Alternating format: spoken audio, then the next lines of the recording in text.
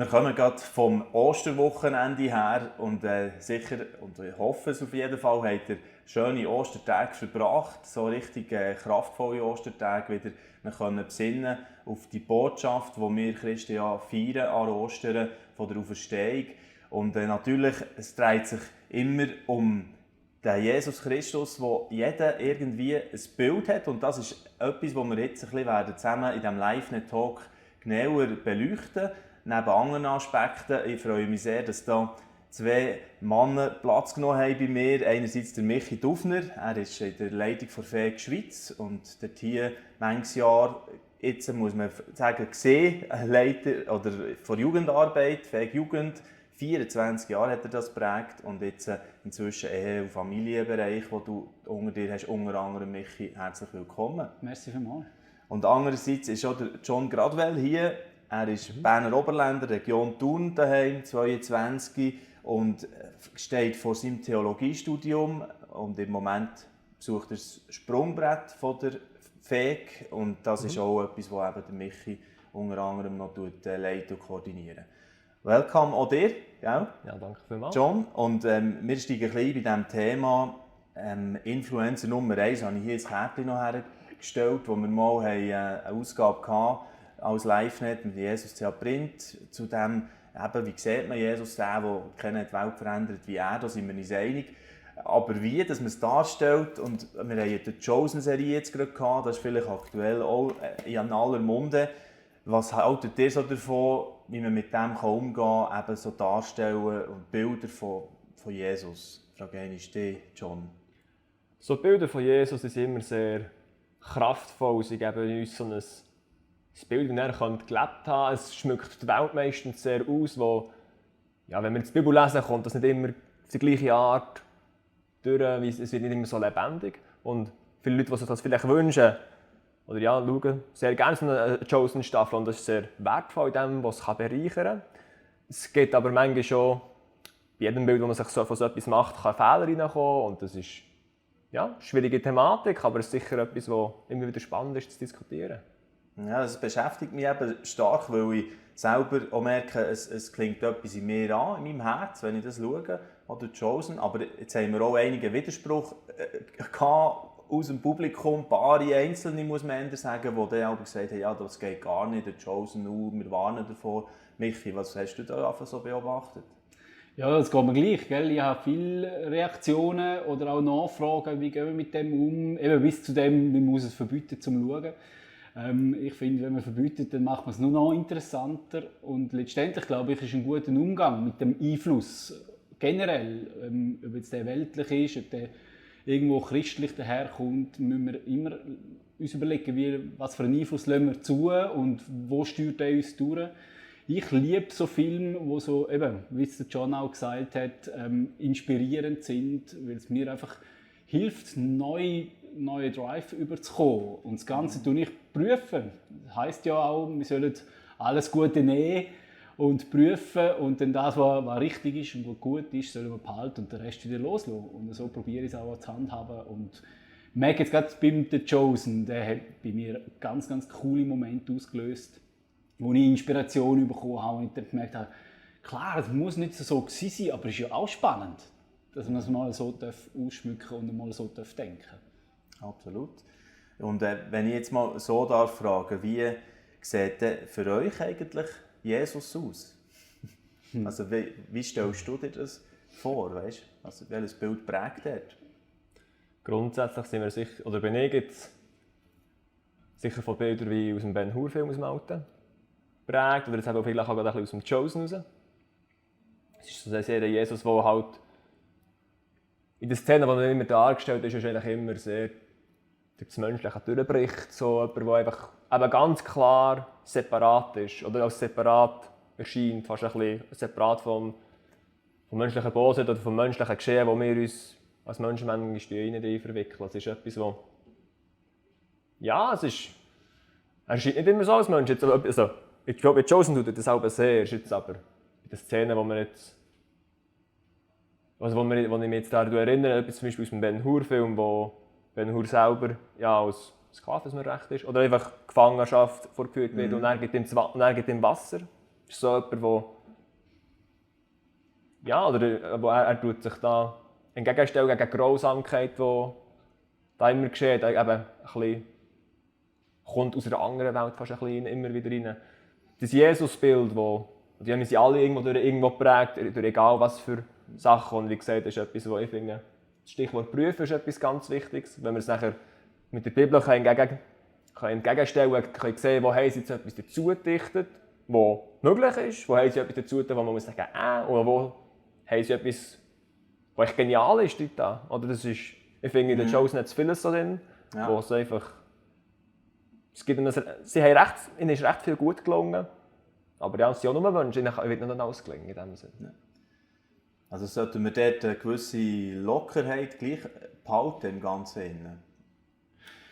Ich glaube, Lockerheit ist ein gutes Stichwort, aber vielleicht einfach, wo gehen wir denn hin mit all diesen Sachen? Also ich schaue bewusst so Filme, weil ich ja Einfluss nehmen will auf meine Menschen im Umfeld. Und für das brauche ich ja irgendwo Anknüpfungspunkte. Und darum stelle ich mich manchmal auch diesen Einflüssen und will es prüfen, will es anschauen, um mitdiskutieren. Aber gleichzeitig eben nachher auch signalisieren, was es mit mir gemacht hat, wo es mich bewegt hat. Und wenn du es jetzt so willst, würde ich es jetzt glaube ich so ein bisschen formulieren. Für mich ist es manchmal wie das Benzin vom Auto. Aber das Ziel ist immer klar Jesus. Und du hast vorhin nach einem Bild gefragt, das ich von Jesus habe. Da habe ich irgendwann auch gemerkt, ich habe auch so auf einer anderen DVD so ein Jesus-Bild in mir drin. Habe dann gemerkt, das möchte ich nicht, weil ich auf einmal den Schauspieler in einem total weltlichen Film gesehen und der passt gar nicht in diese Rolle rein. Und habe dann nachher aufgrund von dem angefangen, wirklich zu sagen, ich möchte Jesus entdecken in der Bibel mit seinem Wesen. Nicht mit seinem Aussehen, sondern mit seinem Wesen. Und mittlerweile habe ich mehr ein Wesensbild von Jesus selber. Und ich einfach merke, so, wow, was mir da begegnet, wenn ich mit Jesus zusammen sein, mit ihm Gemeinschaft haben. Und das ist viel, viel grösser, als man das überhaupt menschlich einfach nur sich vorstellen kann. Also es geht dann wie nicht mehr um Äußerlichkeiten in erster Linie, sondern es ist dann wirklich die Person Jesus, die ich lebendig erleben darf. Und das ist dann nachher, eben, man kommt über so Film nachher genau auf diese Spur und merkt nachher, hey, das zündet mich an, es gibt mir Kraft, es gibt mir Inspiration, Leidenschaft, um auf Jesus zurennen. Ja, genau. Ja, also genau, ich glaube, du hast es vorher schon schön gesagt, du brauchst einen Weg, irgendwie tut es ja wie übersetzen in die Gesellschaft hinein oder kommunizieren, etwas, das vielleicht über die Bibel die Leute gar nicht erst würden suchen oder entdecken. Genau. Oder? Also das hilft schon. Bei mir ist es übrigens noch ein paar Jahre auch zurück, nicht der Chosen, sondern der Passion hat es dann geheissen, oder? Das von Mel Gibson, sehr viel Blut fließt in diesem Film, aber es hat mein Bild dort extrem geprägt. Und ja, ist halt einfach schon ein Teil, der dazugehört. Ich möchte noch ein bisschen auf das kommen, vom Influencer als Thema, das wir dann mal gewählt haben für eine Spezialausgabe, ist das dann von einer Zeitung.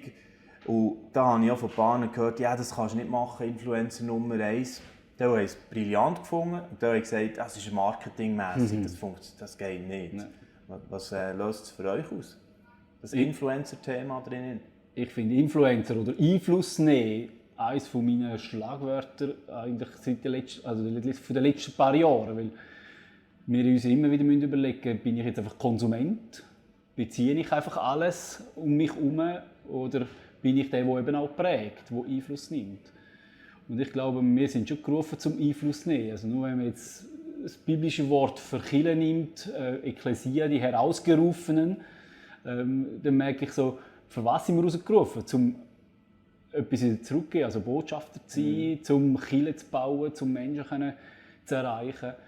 Und von dort her hat das alles Jesus auch gemacht. Und nicht unbedingt, vielleicht so wie man es heute ein bisschen sagen würde, um Likes überzukommen. Also das ist vielleicht auch, wo ein bisschen schräg daherkommt, wenn man es so interpretiert, Influencer, ich muss es einfach so machen, dass alle Leute mich cool finden.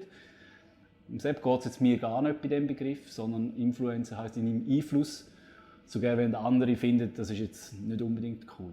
Ja. In diesem Zusammenhang liebe ich zum Beispiel den Vers im 1. Petrus 3,15 so mega, wo es heisst, die Leute sollen an unserem Leben sehen, dass Christus der Herr ist. Genau. Und wir sollen jederzeit bereit sein, zu zeugen von dieser Hoffnung, die unser Leben bestimmt, oder? Ja. Und Rede und Antwort stehen über das. Also das ist auch ein bisschen das, oder? Aber Ja. sie haben auch Respekt gehabt. Also durch ihren Lebenswandel, die ersten Christen, hat man sie geschätzt in der Gesellschaft. Das ist nicht einfach nur, ich mache möglichst 3 Likes und inszeniere mich top auf Instagram und überall. Das Genau. Es war keine Show gewesen, war keine Show gewesen. Und das, denke ich, das sollten auch wir nicht missverstehen, dort hier drinnen. Aber ich wollte lieber noch den John fragen, wie ist das für dich? Junger Mann, 22, Thema Influencer und natürlich Einfluss ausüben. Einfluss ausüben ist immer in dem Sinne etwas, wo ist immer mir wichtig, in dieser Welt Einfluss zu nehmen. Also wir haben auf eine gewisse Art und Weise haben wir eine Verantwortung wahrzunehmen, dass wir uns ist geben, für etwas Gutes zu brauchen. Das kann man als Influencer sicher gut. Ist jetzt, wie gesagt, Influencer, das Wort ist ein bisschen von anderen Sachen behaftet, als nicht immer nur positiv. Aber es ist etwas, wo und wenn du in die Welt prägen musst, Einfluss nehmen, musst sichtbar sein, musst aktiv daran beteiligen. Jesus hat das total gemacht. Und wegen dem ist es etwas, was passt. Das ist jetzt so, er ist, ich würde jetzt sagen, eine oder die wichtigste Person in der Weltgeschichte, oder wenn sogar unsere Jahreszählung sich eigentlich immer orientieren. Oder? Das ist ja eigentlich, das gibt es eigentlich mehr. Also. Ja, was bei der Chosen noch mega spannend ist, ist, dass eigentlich man sieht, er ist auch durchaus strategisch manchmal vorgegangen, oder? Er ist mir dort fast ein bisschen neu aufgegangen. Mit Köpfen. Ja, wenn eine Heilung dort gemacht worden ist oder die dort gemacht hat, dann hat es dann einen Impact auf ein ganzes Dorf oder die ganze Region. Eben. Oder warum ist er auf Samarien? Es hat auch andere Gründe gehabt, als dass er alle Menschen hat gesehen und angenommen. Aber ja, das wäre noch ein Bereich für sich selber. Ich werde bei diesem Influencer-Thema noch ein bisschen bleiben. Wer sind denn für dich, John, gerade weil jetzt so Leute, die Einfluss ausüben oder wo du das so zugestehst, diesen Menschen? Spezifisch auf mich oder auf die Gesellschaft? Auf dich persönlich vielleicht? Das ist schwierig. Pastor? Ja, das ist sicher etwas. Das ist halt jemand, den man regelmäßig am Sonntag vorher sieht und den man als Autoritätsperson wahrnimmt. Sicher. Und das ist immer, allgemein einfach Leute, die mir Autorität zugestehen, wo man jetzt finden, okay, das ist jetzt ein Experte, auf den kann man hören, weil es glaubwürdig erscheint. Das ist jetzt, Pastoren sind sicher da etwas. Es ist auch allgemein, wie soll ich das sagen? Heute ist man doch, also man hört, die Jungen sind eher unterwegs so, dass man eben das nicht mehr so sucht. Oder dass man skeptisch ist und eine Autoritätsperson? Ja, Expertengläubigkeit ist auch nicht mehr so gleiches Thema wie vielleicht noch. Ja, man ist sicher gerne skeptisch. Das ist ja so. Ja. Aber jetzt grundsätzlich kommst du um das nicht herum. Du kannst ja nicht alles prüfen, du bist nicht überall Experte und wirst dich wegen dem müssen Vertrauenspersonen suchen, wo du findest, okay, der ist glaubwürdig in dem, was gesagt wird. Oder? Das ist etwas, oder hast x-tausend News-Kanäle, x-tausend Medien, die immer Verschiedenes sagen. Und auf was los ist? Was ist möglichst objektiv? Oder ist eine Grundhaltung, dass eigentlich nicht wirklich objektiv und nicht wirklich rein wahrheitsgetreu ist, weil der Mensch selber gar nicht wirklich vollständig in der Lage ist, so etwas objektiv wahrzunehmen, weil wir immer prägt sind auf eine gewisse Art und auch auf eine gewisse Art wahrnehmen. Ich kann jetzt gerade nicht so viele Leute sagen, die jetzt auf mich jetzt so Einfluss ausüben. Vielleicht müssten wir dem noch ein bisschen bewusster werden. Das ist immer interessant, oder wenn man so Sachen nachher bewusst angeht und prüft und halt in einer gewissen Art und Weise zulässt. Also um das kommst du gar nicht herum. Also es gibt ja einen grossen Unterschied, schon nur, oder? Wir haben nie die gleich reinen Motive. Jeder Influencer, den du hier suchst, ist nicht heilig, wie Jesus ist. Oder? Also dort hier hinkt es natürlich schon mal ein bisschen. Ja, das Bild aber ich gebe die Frage an mich ja gerne noch weiter. Wer sind die Menschen, wo du das zugestehst, dass sie das Vertrauen von dir genießen, dich zu beeinflussen? Es sind vor allem Menschen, die irgendwo durch das, was sie gesagt haben oder was sie angefangen haben, wo das wie zeigen, das hat sich bewährt. Also quasi wie das Resultat auch kannst du überprüfen. Und nachher merkst du anhand von dem, was dabei rausgekommen ist, das möchte ich ähnlich machen. Oder ich suche dann so Prinzipien heraus, was ist ihnen wichtig gewesen. Oder gehe das auch ganz konkret abfragen. Hast du ein Beispiel? Sorry. Mein Großvater, Ja.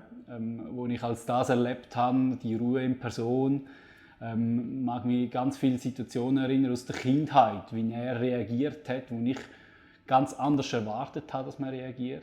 Da konnte ich nicht gross nachfragen.